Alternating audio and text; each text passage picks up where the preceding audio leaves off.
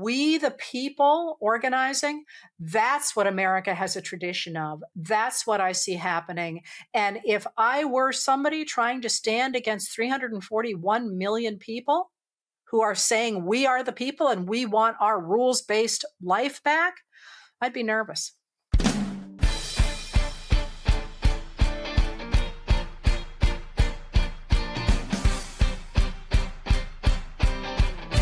Hello, and welcome to the PoliticsGirl podcast. I'm your host, Lee McGowan. Let's get into it. Today, I'm very happy to be joined by my friend, Heather Cox Richardson, the absolutely brilliant writer and intellect, author of the wildly successful Substack Letters from an American, and my go-to for a sense of calm amidst the chaos. The author of 7 books on history and politics, Heather is a historian and professor of American history at Boston College, having previously taught at MIT and the University of Massachusetts Amherst. The country feels like it's on fire right now. For the thinking people of America and anyone who actually knows the definition of fascism and authoritarianism, every day feels like an attack. We are being gaslit, lied to, propagandized. Our president said he hates 50% of this country in a live, televised memorial, while his deputy chief of staff gave a Nazi-level hate speech at the same event.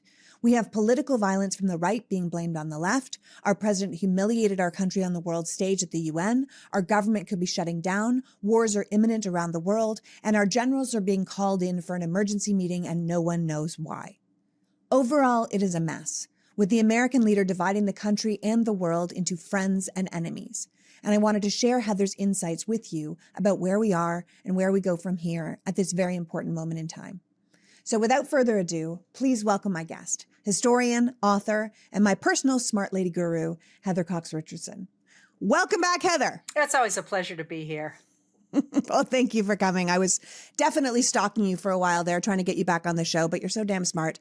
That makes you very, very busy these days. So thank you for coming. Thank you for joining us. Thank you for bringing some insight to these terrible times. I was recently reading Jennifer Rubin. She was writing in her Contrarian Substack that watching Donald Trump in his second term shows that he has, quote, learned nothing and forgotten nothing.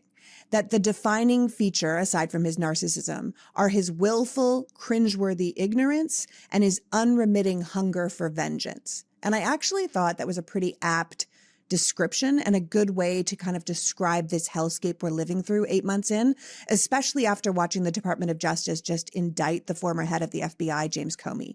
What's your take right now on where America sits with this man and the people he's surrounded himself with in charge of our nation? The one thing I would add to what Jen Rubin wrote there is fear. I think that this is a man who lives in extraordinary fear, and I do think that his mental capacity is diminishing pretty dramatically, which is increasing that fear. And what that means for us in this moment, at least from where I sit, is that you see a person who's making impetuous decisions without much guidance. Because if you think about the way that he's operated in the past, there has always been someone to whom he could defer to protect him. You know, his father, the people who used to run the Trump organization, some of the more senior people in the relationships that he has had, although they were not friendships, they were people to whom he could look to protect him if that needed to happen. And of course, this time around, he does not have that.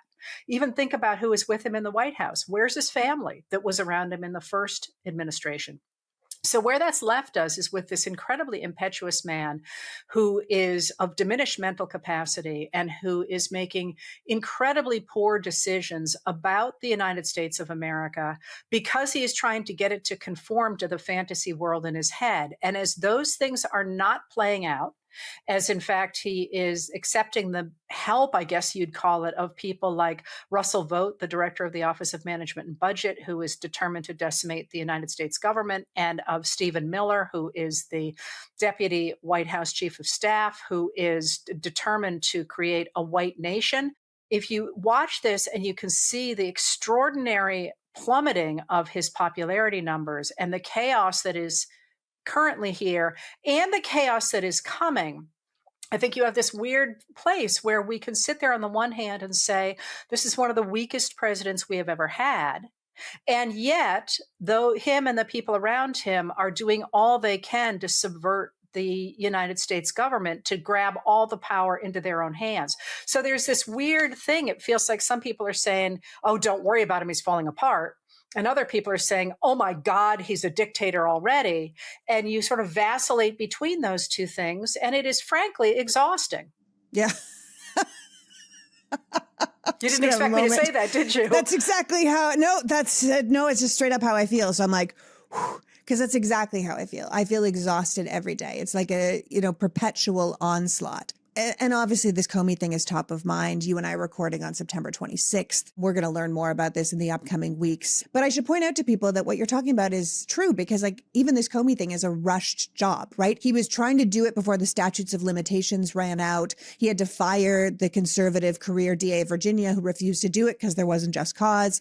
He had to then put in a yes woman to do the job because she'd do whatever he asked him to do, law be damned. It's just sort of like the highest form of government corruption to use the Justice Department, who are supposed to work for the people, I might add, not the president, to target your political enemies. But it also is supposed to, I think, maybe expand the fear from himself to other people. He wants people to feel afraid that he's going to, if he can come after James Comey, he can come after anyone, right? And you don't have to like James Comey. I personally have very negative feelings towards him, to know that what they're doing to him is wrong. And this is not how the American government or the Department of Justice is supposed to be used.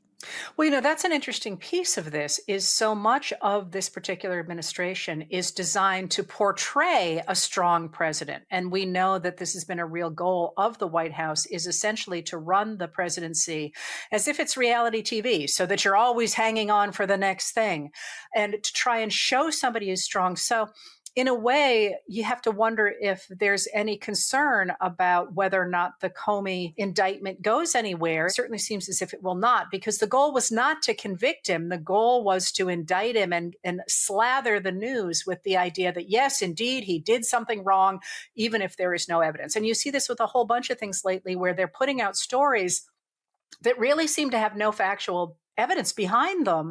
But it doesn't matter, because as we learned all the way back with Joe McCarthy in the 1950s, so long as you can manipulate the media, you've sold the story no matter what happens. And that portrayal of a reality is central to this administration, I think.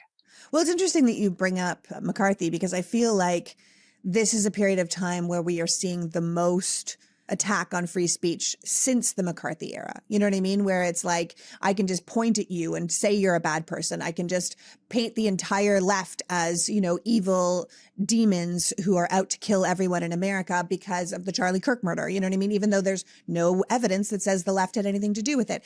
It feels like we can just take Jimmy Kimmel off the air because, quite frankly, Trump doesn't like him and he doesn't like the jokes he makes about him. But we're going to say he's putting hate speech out on the air. And this is from the same people who for years have gone on and on about being free speech warriors. I find that very fascinating.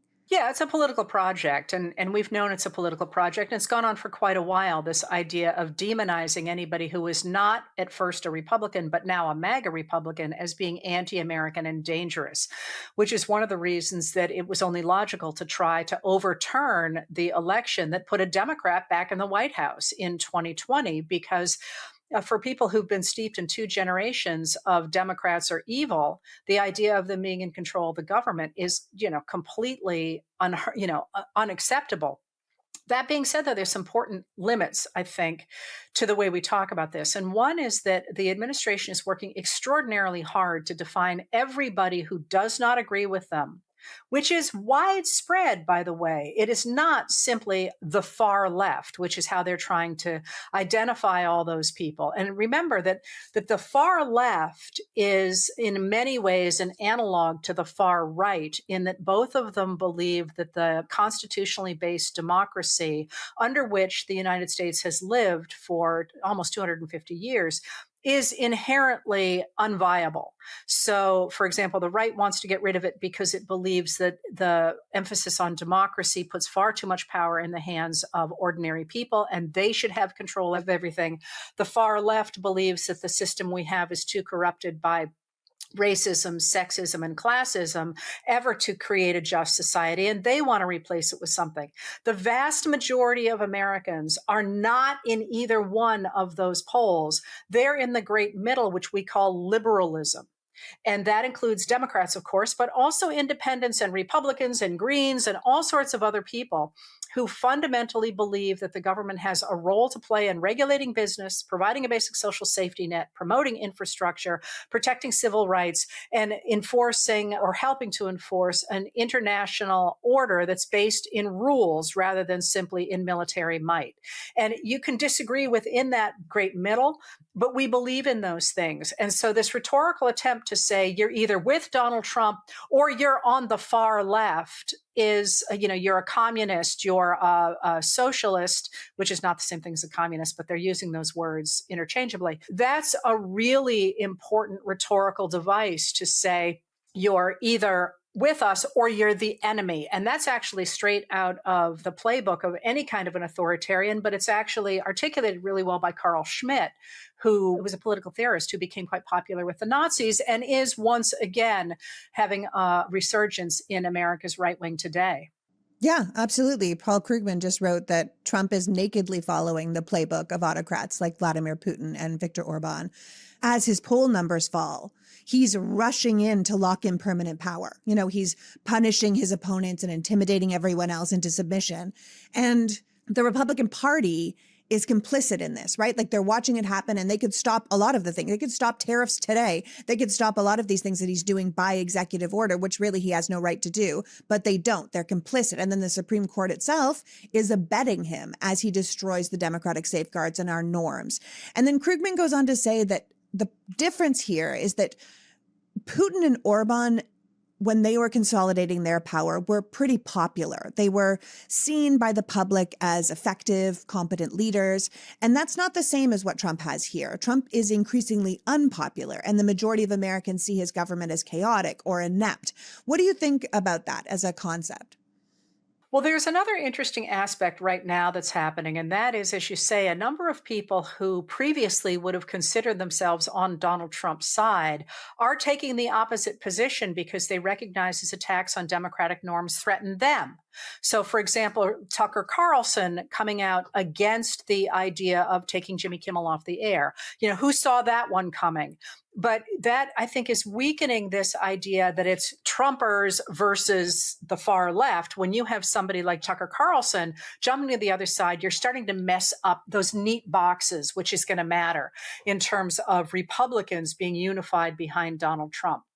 But there's something else interesting about what's happening in the United States compared to what's happening or what happened in Russia and in Hungary. And that is the people that you're identifying rose in part because they promised to make a bad economy better.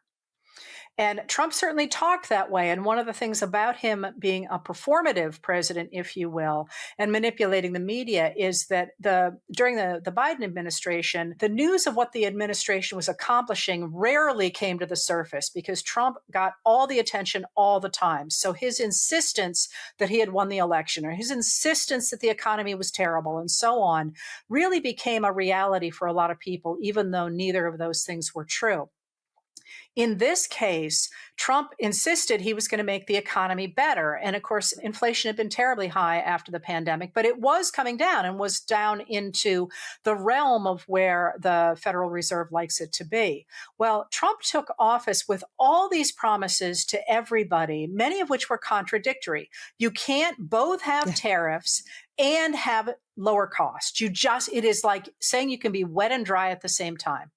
Now, in the first 7 months of his second term, those pigeons are coming home to roost. And rather than taking a good economy and making it better, it is very obvious that he's taken a good economy, or at least one that people recognized at a certain level, and is yanking the rug out from under it. So he doesn't have that going for him. He doesn't have this big popular base.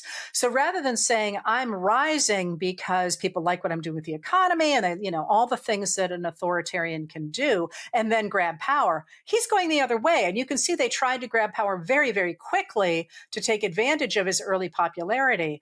But those numbers are collapsing. So he is now trying to grab it anyway. And I think an interesting comparison right now is with Argentina. and the fact that the United States Treasury has recently said that it's going to bail out Argentina's financial situation to the tune of $20 billion.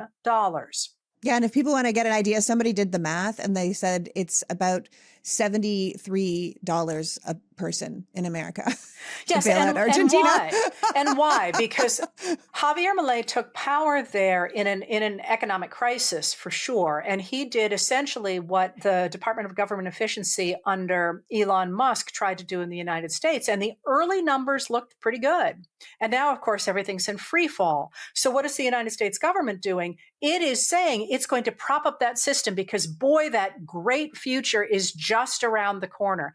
And that sign, I think, of how people turned against Milei, not just the economy, but also his unpopularity as he's facing this election next month, that I think says a lot about where the Trump administration in its second term is facing, what things look like in its future when people say, I voted for him for X and he did M, and that's not what I wanted, and I want to try something else. And if that happens, there's a lot of stuff that won't go well for Trump loyalists. So they're going to hold tighter and tighter and tighter to try and make sure they can never lose control of the government and have, for example, a nonpartisan Department of Justice looking into what they have been doing. It's actually quite striking, the need to bolster up Argentina the same way Trump tried to shake down Brazil to have them not go after their dictator. Bolsonaro is going to jail, as I understand it. He didn't succeed in doing that. David Frum wrote that Trump's unpopularity means he's in a race against time, which I think that makes sense. I love that. I love that. Right? I had not read that. That's it. That's exactly it. And the question is, are we going to run faster? I just read it because it's a great quote. He said he's in a race against time. He has to consolidate power before he loses the aura of inevitability. And I thought, yeah, that's it, right? Like he's trying to get the people who run the major institutions, particularly these corporate CEOs, to bend the knee, to do what he wants, to get all the power in his hands before we, the people, get it together to fight back, right? I think that the Jimmy Kimmel thing was actually a far bigger deal than we think, because Disney ended up being more worried about their market share than they were of Trump. And that is something we need to do as the people over and over and over again. While I know that coffee is a go-to for most people, myself included, for some people it can cause crazy jitters or a massive crash, which is why I'm pleased to tell people about Mudwater. Mudwater is different than coffee. It's a mix of cacao, chai, turmeric, and adaptogenic mushrooms to help you feel focused and balanced, but not wired. It's smooth and steady, and honestly, according to my husband, it gives tons of energy. Plus, it's ridiculously easy to make. It takes about 2 minutes with hot water or milk, and then you're ready to get back to your day. Each ingredient in Mudwater serves a purpose. Their OG blend contains cacao and chai for a hint of caffeine and a hot chocolate flavor, lion's mane for focus, quadriceps to promote natural energy, and chaga and reishi to support healthy immune system. Maybe you want to try a starter kit. They have a matcha starter kit, a turmeric starter kit, a rest starter kit, which will help you unwind and sleep better at the end of the day. Ready to make a switch to cleaner energy? Head to mudwater.com and grab your starter kit today. Right now, our listeners get an exclusive deal up to 43% off your entire order, plus free shipping and a free rechargeable frother when you use the code PoliticsGirl. That's right, up to 43% off with the code PoliticsGirl at MUDWTR.com. And after you've purchased, if they ask you how you found them, please support the show and let them know we sent you. Keep your energy natural and refreshing all year long with Mudwater, because life is too short for anything less than clean, delicious energy. Today's episode is brought to you by OneSkin. OneSkin is known for their cult favorites like OS1 Body, OS1 Face, and OS1 Eye, because they all use the OS1 peptide, the first ingredient proven to target sentient cells, the root cause of wrinkles and crepiness and loss of elasticity. With their science-first approach, OS1 delivers hydration, barrier support, and longevity benefits, with their results validated in 5 separate clinical studies. Certified for sensitive skin, OneSkin moisturizers are free from over 1,500 harsh or irritating ingredients. They are dermatologist tested and have been awarded the National Eczema Association Seal of Acceptance. There's a reason editors have named OneSkin the brand to watch in magazines like Fast Company or Town & Country, or on shows like The Today Show. Founded by an all-woman team of longevity scientists with background in stem cell biology, skin regeneration, and tissue engineering, it's no wonder customers rave about how their skin is smoother or firmer or healthier looking, and their products have over 10,000 five-star reviews. OneSkin is the world's first skin longevity company, targeting cellular aging to keep your skin and scalp looking and acting younger for longer. For a limited time, you can try OneSkin with 15% off by using the code PoliticsGirl at oneskin.co. That's 15% off at oneskin.co with the code PoliticsGirl. And after you purchase, they'll ask where you heard about them. Please support the show and tell them we sent you. Try OneSkin today. Future you will thank you. Disney ended up being more worried about their market share than they were of Trump. And that is something we need to do as the people over and over and over again. I think that's absolutely right. And it clearly shook him that he thought he had silenced Kimmel. And he hadn't. And, the other piece of that I've been watching for a while is those institutions that appear to be bending the knee to Trump. And CBS did something similar with Stephen Colbert's show earlier, but so have universities. There have been all sorts of places law firms. Yeah. They haven't necessarily fully bent the knee. It feels as if they are buying time to see which way they should jump. And the thing is, I think we started here talking about Republicans in Washington, and there are certainly true believers among the Republicans. And at this point, yes, they are all enabling him. But I do think there are a bunch that just kept kicking the can down the road, hoping that somebody else would take care of the problem and they could figure out which way to jump. And you can see this with people, for example, like Ted Cruz, the senator from Texas, who's, very pro-Trump some days and not so pro-Trump other days, and sort of took a stand against Jimmy Kimmel being suspended and so on. And the trick there is going to be to make it clear to them that the American people don't want what Trump is doing. And when it becomes more worrisome that voters will turn against them than that Trump will, I think we'll see more changes. And one of the things that I was interested in, I guess it was last week, was the former lieutenant governor of Georgia jumping parties and deciding to run as a Democrat rather than running as a Republican. And, lots of people are quite cynical about that, which is certainly reasonable, but politicians want to be reelected. And he is making the calculation, whether he believes it or not, whether, whatever, that he has a better chance of a political career as a Democrat in Georgia than as a Republican. That, I think, is a sign of the times. Yeah, that's pretty interesting. It might also explain why the president is taking such big swings and why it seems like he's so confident when he's really quite underwater in popularity. Like, just so people understand, right now, as we're talking, his approval ratings are in the 30s, which is really very low. And unless you're the uber wealthy, the economy is getting worse for you. We are building up the military in the Southern Caribbean. I don't think anyone wants to go to war with Venezuela. That seems ridiculous. The Secretary of War is planning this huge meeting with almost every general in our military. He's called them all in from all over the world. What do you make of that? Just a quick correction there. It is still the Secretary of Defense. That name change doesn't happen unless Congress signs off on it. And to my knowledge, they have not. This is, as I say, this one of these big things of trying to project something that is not real. And there's a psychological dimension to that, of course, as well, that if they can make people accept their reality, in one thing, it just becomes a question of time until you accept it in everything. So if you notice, the newspapers are still referring to Pete Hegseth as the Secretary of Defense, which is the legal name. Now, they've changed a bunch of the signs on the doors to the tune of, I believe the estimates are that if you changed every sign, it's going to be over $1 billion. Over $1 billion to change all the logos. But we can't fund healthcare. Just saying. No. And we definitely have $3 a day to pay for Argentina's bailout, but we don't have 73 cents a day to pay for feeding children in America, which is something we need to speak up about.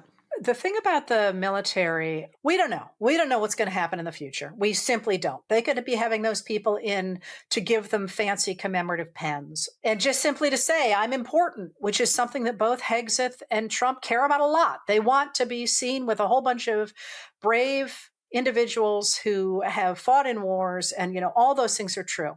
You don't think it's a big loyalty test? They're going to put them through some sort of Squid Game thing to make sure they're all completely loyal to the cause? I truly don't know what it is. Isn't it Except dangerous to put all of our military leaders in one place at one time? Except that's what I was going to say. This is unprecedented. It is destabilizing in so many profound ways. And that's actually where I'm going to go to. Yeah, I wouldn't put all those people in the same room. And I have exactly zero clearances. You just don't do that. It's never been done before, even in wars, even in nuclear scenarios. I read a lot about this last night. They make sure all the top guys are not in the same place. To have them do that is deeply problematic. But I'm going to widen the lens a little bit here and think about what we're talking about in the first 3 days of next week. By the way, which is when this episode is going to air. So when people hear this on Tuesday, it will be in the middle of these days that you're speaking of. Oh, dear. Well, I hope we're all just sitting around. I know, it's the worst. Making it's the Jell-O. worst. Yeah, sorry, folks. It is what it is with the podcast schedules. We're looking at a potential government shutdown because the fiscal year runs out at the end of September 30th, and there is not a single appropriations bill that has been passed to fund the government in 2026. And now it looks as if the government is headed toward a shutdown. Of course, we never know until the very end, and often people do run out to the wire, but both sides are pretty deeply entrenched at this point. We have new tariffs that President Trump announced on Thursday, September 25th, going into effect on October 1st. We have a lot of retirements in the country happening at the end of the fiscal year, people who got pushed out by the Department of Government Efficiency. Now we have this meeting, and I have not been able to find the day of the meeting. I saw one reference to Wednesday, but I have not seen why anybody said it was that day. Other people say it's Tuesday, and we just don't know when that's going to happen. We have all these things crowded into this really short span of time, and they are profoundly destabilizing, both of the United States and of the international community. Because if you pull the U.S. military brass from all over the world, from their ships, from wherever, and put them in a room in Quantico, Virginia, there's good people still out there, but you have disrupted that military project.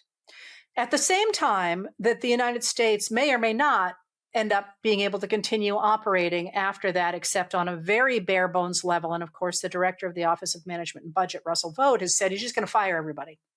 Totally illegal, by the way, but that's the position he's taking right now. All those things are happening in the space of 2 or 3 days. Yep, which is right in the middle of when you're going to hear this episode. At the same time, we have, just before you and I spoke, Benjamin Netanyahu spoke in front of the UN. And of course, he is making noises, and I'm being really delicate here, about what he intends to do to the West Bank, and what he is already doing to Gaza is truly horrific. And the rest of the world is saying, you're not doing it, dude. I paraphrase, but that's about what we're saying. If you didn't see this, when Benjamin Netanyahu spoke at the UN, there was a mass walkout of people. A lot of people left when he got up to speak. At the same time, Russia is invading other people's airspaces, other countries' airspaces. Europe is extremely concerned. As of this morning, Poland pulled back its citizens from Belarus because of rising tensions. So you've got Russia poking. As you say, we're building up in the Caribbean, and you have noises that other things could happen in Asia. All just noises. And I'm not going to, I'm not a foreign affairs person. I'm just a old lady sitting here in Maine reading the news. But if you are thinking about why you would want both to shut down the U.S. government and bring all the military in the space of a couple of days, the destabilization of the international community certainly seems like it should be on your radar screen. And again, maybe this is just Hegseth wanting to beat his chest in front of a bunch of guys and show him that he's got big muscles. And Trump is so insecure after what happened at the UN that he needs to have his generals around him. But the destabilization of the entire globe by the moving of the U.S. military people and the trouble within the U.S. government is not good in terms of maintaining international stability. And that I worry that we focus, listen to me, an Americanist. I worry that we're focusing a little bit too much on what's happening internally versus what's happening externally, because I think they're both really interconnected in our 21st century world. Have you ever tried to buy wine and have no idea what to get? There's just too much to choose from and you just stand there looking at the giant wall until you end up with the same 3 bottles you already know? That's why I'm excited to talk to you about our sponsor, Naked Wines. Naked Wines is a wine club that directly connects you with the world's best independent winemakers, so you can get world-class wine delivered straight to your door. Naked Wine brings you amazing wine straight from the winery for up to 60% less than you would pay in the store. By cutting out the extra costs like the middleman markups, winemakers can pass the savings directly onto you without skimping on quality. The company has been around for 15 years, and it backs over 90 independent winemakers from around the world who make the kind of wine that you love to drink. For my first order, I filled out a form to explain the kind of wine I liked, the kind of wine I didn't like, what I was looking for, how many bottles of each I wanted, and they did the work for me. It was so easy, and the wines really were so good. Step into this fall with jammy glass of Cabernet, or show up at a school party with a bottle of Pinot. The hosts are going to thank you. So join me in the Naked Wine community. Head to nakedwines.com/politicsgirl, click enter voucher, and put in my code PoliticsGirl. If you put in both the code and the password, you will get 6 bottles of wine for just $39.99, with shipping included. That's $100 off your first 6 bottles at nakedwines.com/politicsgirl and using the code and password PoliticsGirl. 6 bottles of wine for $39.99. So, I have to wear a fair amount of makeup on camera, so I don't just end up looking like a washed out pair of eyes and some nostrils. But when I'm out in the real world, I find that wearing too much makeup actually makes me look older, which is why I was excited to try Jones Road Beauty. Jones Road is a minimalist makeup brand founded by makeup artist Bobbi Brown, who creates easy-to-use products that you can simplify your routine with. It's clean makeup that actually performs. Jones Road is all about enhancing what you have rather than covering up things, which is what makes it so great for that effortless, natural, no makeup look. Their best-selling product is the Miracle Balm, which is a makeup skincare hybrid that gives you a natural glow. It can be used as a tint, a blush, a bronzer to highlight, or you can just use it on your lips or eyes. It gives you the your skin but better glow. Jones Road also has a full line of effortless skin-first staples, like their Just Enough Tinted Moisturizer, which is a lightweight formula that goes on smooth to even out your skin tone with just the softest touch of coverage. So it hides your redness, looks natural, and feels like nothing on your skin. This is all about skin-friendly ingredients to keep your skin moisturized without clogging your pores. Jones Road is a modern-day makeup that is clean, strategic, and multifunctional for effortless routines. For a limited time, our listeners are going to get a free cool gloss on their first purchase when they use the code PoliticsGirl at checkout.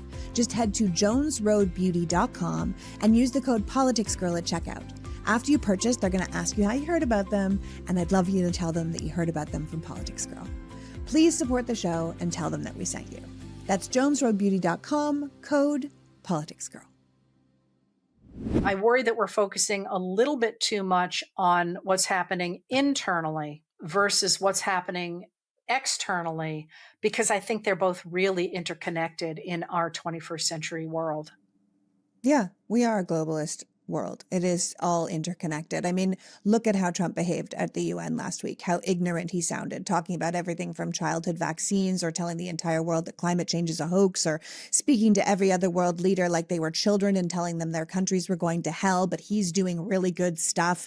I mean, it's hard not to see Trump as a national embarrassment when he stands up in front of people and acts like that. And no one is there to tell him no. Like you said at the beginning, where is his family? Where are the people that were around him before?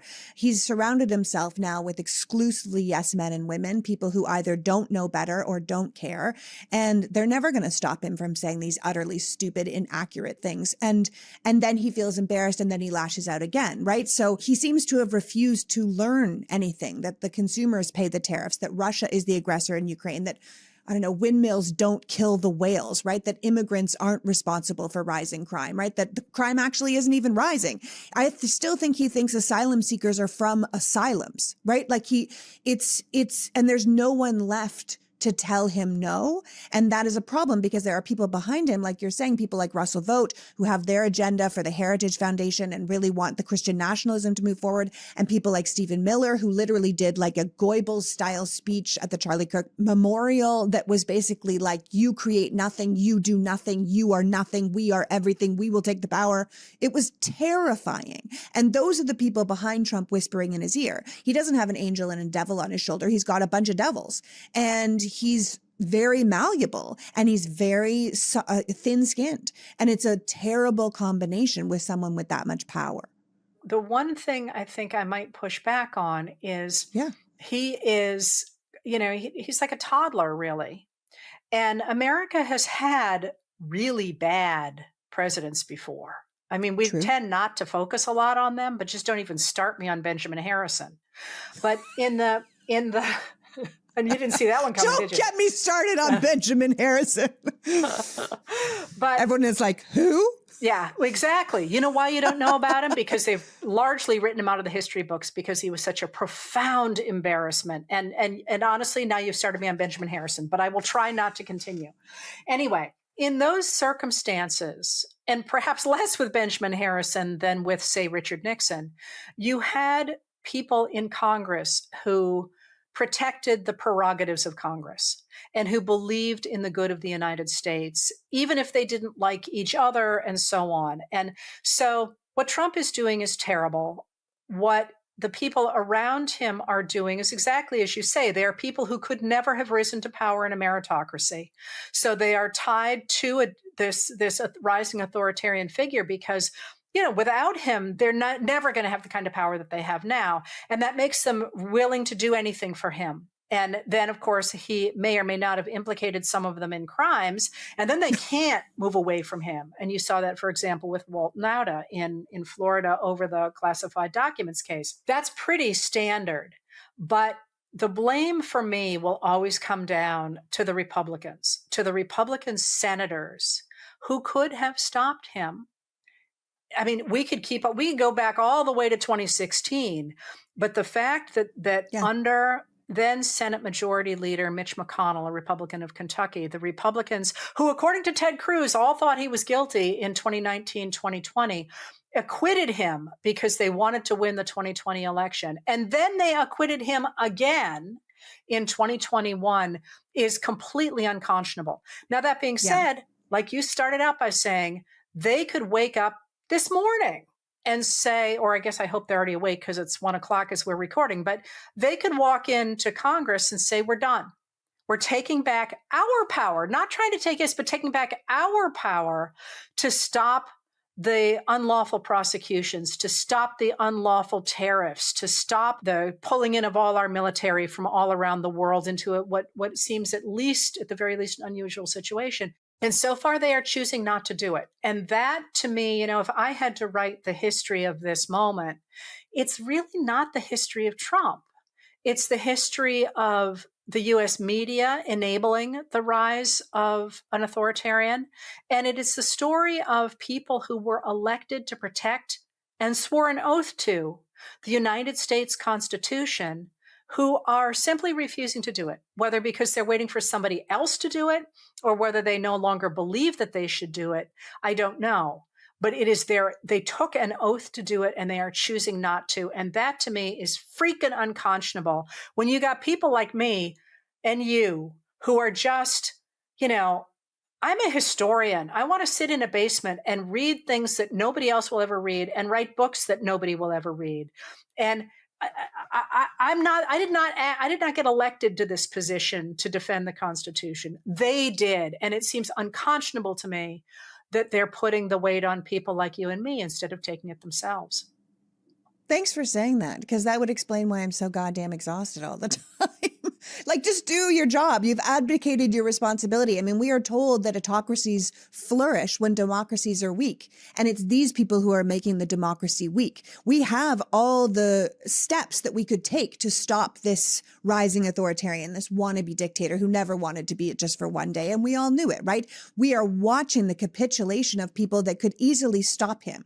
And I have to say, aside from the Supreme Court, I think the other courts are still holding the line very well. If we look at something like, people often compare it to, Weimar Republic Germany, and you are a historian and I am not. So I'll put this to you. But post World War I, like if we're thinking Germany of the 1920s and 30s, they didn't have a long history of democracy. They didn't have a constitution that they could fall back on that they'd had for 200 plus years. They had this kind of weak population that had been destroyed in a war. They were sort of compliant. They had a weakened central government. They had a weak judiciary. So that it was easier for the Nazi party to rise up and do what they did. We have a much stronger system, a federalist system where the states have power. We have all these different court systems. We have the Supreme Court, which is obviously corrupted, but we have all these other things. And then we also have the people. And I think the people in America by nature are not willing to just roll over and have all their constitutional rights trampled, which is why we keep returning to the Kimmel thing and why it mattered that many people canceled their Disney Plus subscription and shocked those corporations into reversing their mind, changing their minds. But what are your thoughts on this? Because I really do think that it's only in a weak democracy that an autocracy can flourish. And it's really one party that's allowing us to be this weak. I mean, them and democratic leadership. Yeah, so I think you're right that America has an extraordinary advantage, both because of our traditions and also our size. It's hard to make 341 million people all do the same thing. And this huge a country all do the same thing. I would caution against, though, thinking that the United States does not have a reactionary history as well. We had Nazis. We had former Confederates in the American South who created a one-party anti-democratic system that lasted for almost 100 years after the system that lasted from even before 1619 to 1865 of human enslavement. So we do have that history as well. And one of the things that I was thinking about this morning while I was pouring my coffee, as one does, was that this idea that you can sort of shame people into seeing the world your way is completely belied by the fact that a lot of people tried to convince Southern enslavers before the Civil War that they were headed for a brick wall and that they had to support the idea of ending human enslavement. And they simply could not see it. And there was nothing that one could do to make them see it. And I think trying to convince somebody like Stephen Miller that he's on the wrong side of history is going to go exactly nowhere. So there is that difference. But one of the things that I see around us nowadays is it is part of the authoritarian project, as you and I discussed, to divide the world into friends and enemies. You're either Donald Trump's friend or you are an enemy, even if you are a far-right activist who happens to think that you disagree with Trump's stand on something. That suddenly makes you one of the enemies. And that has, first of all, helped to expand the size of those enemies. But also, one of the changes that I see happening right now is this long-standing attempt to divide the country in two, which goes, by the way, all the way back to William F. Buckley Jr. in 1954, but really gets weaponized in politics under Nixon's Vice President Spiro Agnew in the 1970 through 1972 period. For all that attempt to divide us in two, what it looks to me like I am seeing is an increasing emphasis on us, we the people, versus you, him, that one person trying to become a tyrant. And when you do that, it's a really interesting moment because it's exactly what we saw in the 1930s. It's exactly what we saw in the 1890s. It's exactly what we saw in the 1850s. And when you do that, what happens is you bring into cooperation a whole lot of people who otherwise would not cooperate. And that changes the way that people think about what the issues are, about how to solve the issues, about how politics work, about how the government should work. And what will come out of this will not be like we went into it. And what I mean by that is in any of these periods, you saw people starting to organize because they wanted to go back to where we were before the bad guys tried to take everything over.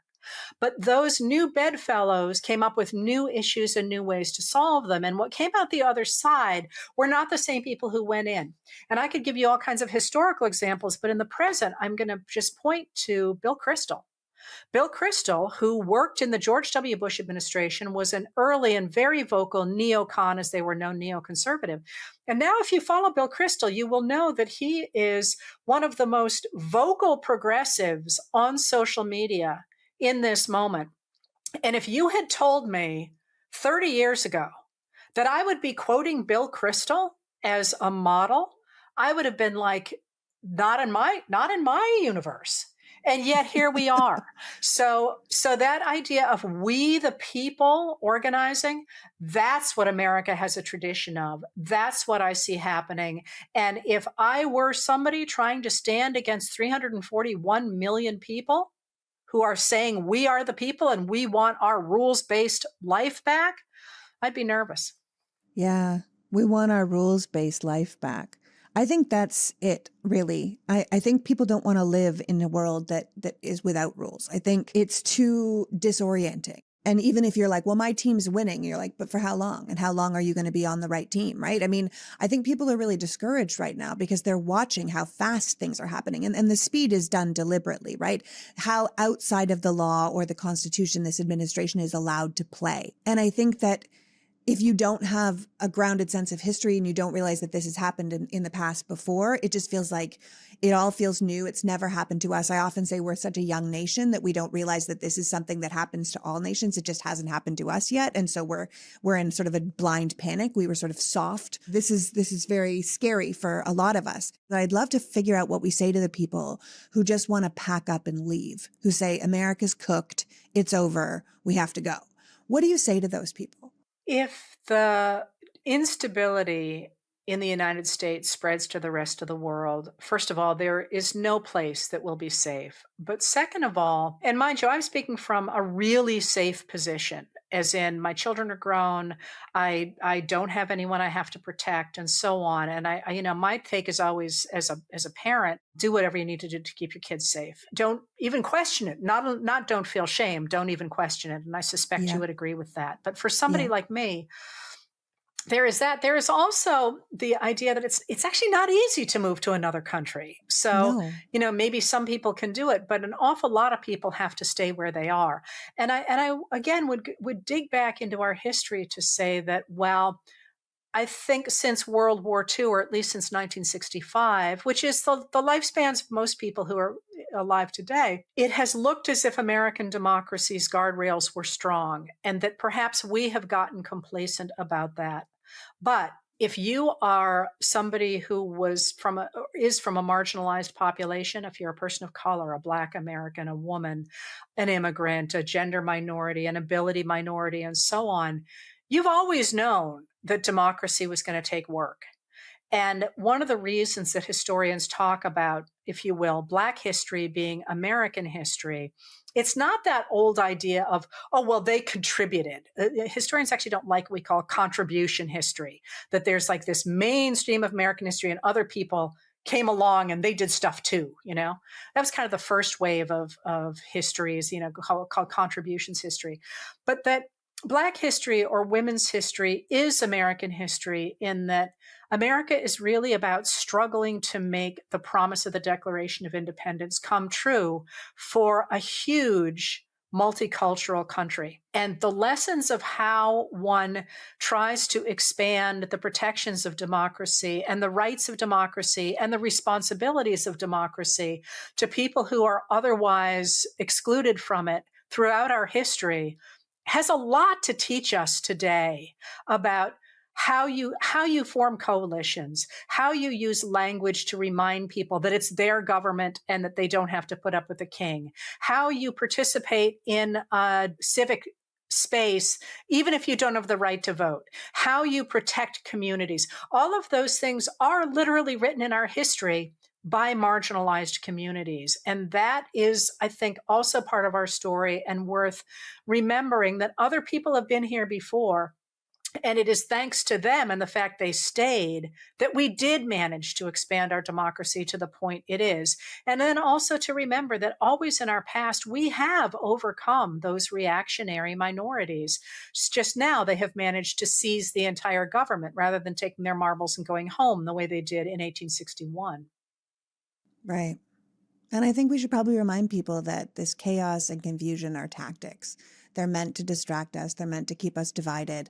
I do think you're speaking to this idea of people who contribute to history rather than it being the history. There's a great meme of a Black woman looking side-eye at the camera. And it says, when we say, but democracy was working and we have to fix it. And they're like, for who? Like, democracy was not working for everybody ever. And in many ways, we shouldn't look at it like we need to fix democracy. We need to build the democracy that we once promised to everyone. That has actually never been accomplished. A truly multicultural, pluralistic democracy with all of these different religions and races and lifestyles under one set of rules where we all belong and we all have the same protections. And I think there is a group of people who now have, grabbed all reins of power who want nothing to do with that. But there are way more of us that do. And we need to stand up and say, this is what we're for.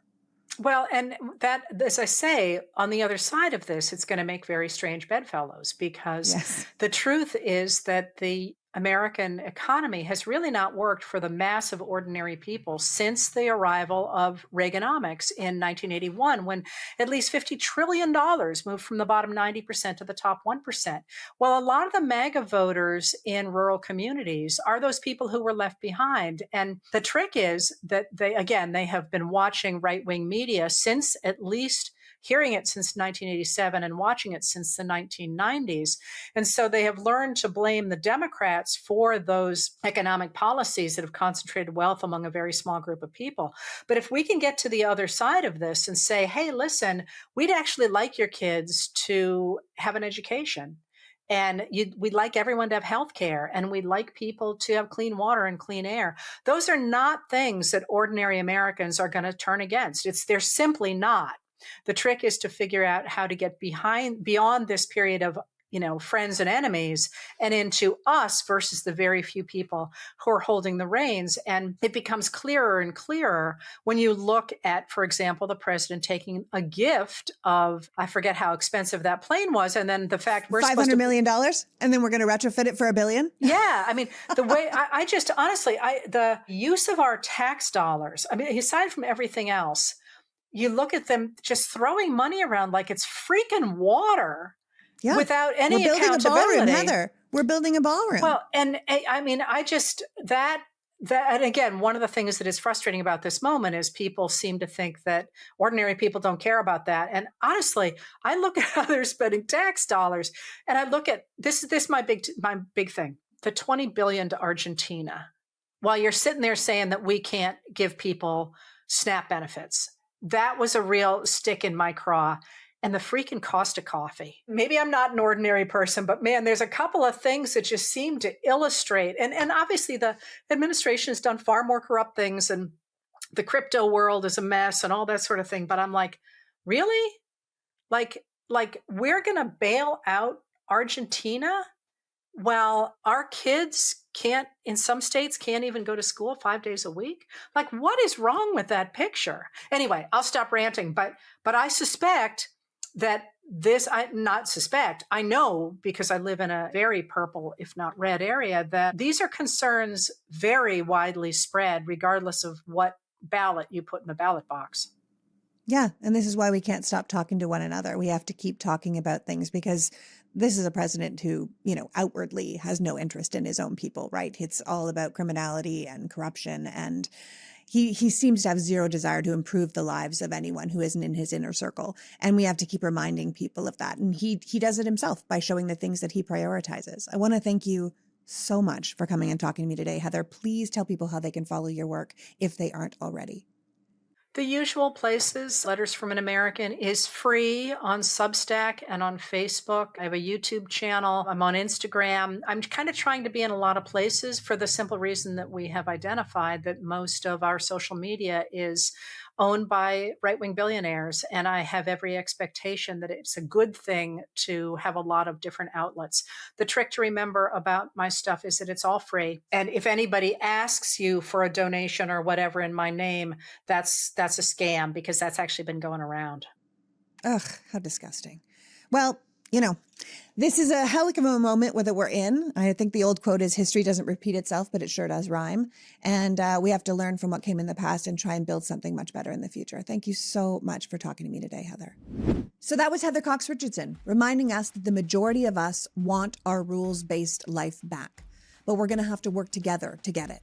We better get comfortable with the old phrase, the enemy of my enemy is my friend, if we want to return to stability in our country and in the international community. Right now, we are dealing with a government who has captured all levels of federal power and is working overtime on their long-standing plan to divide us so we don't unite to fight back. Trump wants America to conform to the America he has in his head, but he can't do it himself. So he defers to people like Russel Vought and Stephen Miller who want to burn it all down and rebuild it in their own image. We simply cannot allow that. I want to thank Heather for joining us today and you for caring enough about democracy to be here. Now stay informed, stay engaged, and stay hopeful. And if you have a Republican senator, start harassing them to protect our rights immediately. Until next week, PG out. Before you go, I want to ask you to support my work. As Heather said, those of us in independent journalism who aren't owned by billionaires are the ones out here really doing the work to bring you the truth. So if you are already a premium member of this podcast, thank you. And if you're not, I would like to encourage you to join. If you see worth in what we're doing here, please consider becoming a member of the PoliticsGirl Premium family by going to PoliticsGirl.com and signing up. You will get this podcast ad-free along with my rants sent directly to your inbox. So even if my work is silenced on social media, you will still get access to the truth. There is a link to sign up in the bio of this episode, but also at PoliticsGirl.com. And as always, please like, follow, and share this podcast so we can grow our audience. Because the more people who have access to real information, the better chance we have to unite in truth and fight back in solidarity. As always, thank you for your time and support. The Politics Girl podcast is written and performed by me, Lee McGowan, and produced and edited by Happy Warrior Entertainment. All rights reserved.